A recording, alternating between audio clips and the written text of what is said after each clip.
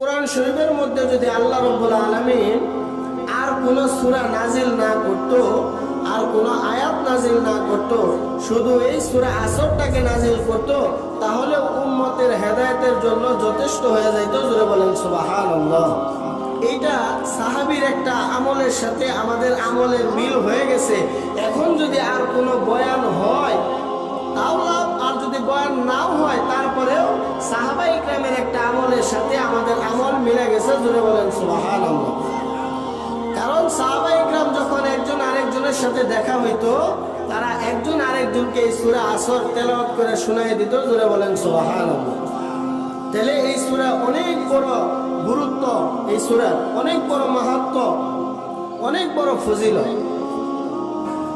আমার ভাইরা, আল্লাহ রাব্বুল আলামিন সূরাতুল আসরের মধ্যে বলেন ওয়াল আসর।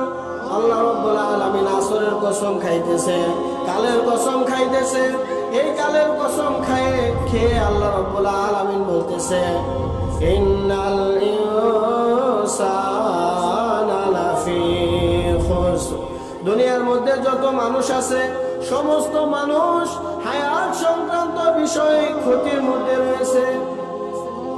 আল্লাহ রাব্বুল আলামিন আসরের কসম খেয়ে বলতেছে যে দুনিয়ার মধ্যে যত মানুষ আছে সমস্ত মানুষ হায়াতের দিক থেকে, হায়াত সংক্রান্ত বিষয় ক্ষতির মধ্যে আছে।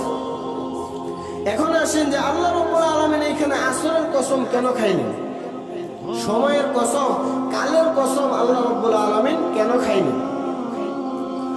আমার ভাইরা, তাফসীরের মধ্যে আসছে আল্লাহ রাব্বুল আলামিন কালের কসম এই জন্য খেয়েছে, আল্লাহ রাব্বুল আলামিন সময়ের কসম এই জন্য খেয়েছে যে কালে ভবিষ্যৎ এরকম ভাবে অতীতে অনেক মানুষ আছে, কালের মধ্যে অনেক মানুষ আছে, তারা আল্লাহ তাআলার হুকুম না মানার কারণে, আল্লাহ তাআলা যে নবীগুলো পাঠাইছে তাদের কথা না মানার কারণে দুনিয়ার মধ্যে অনেক জাতি এরকম চলে গেছে যারা ধ্বংস হয়ে গেছে। জোরে বলেন নাউজুবিল্লাহ।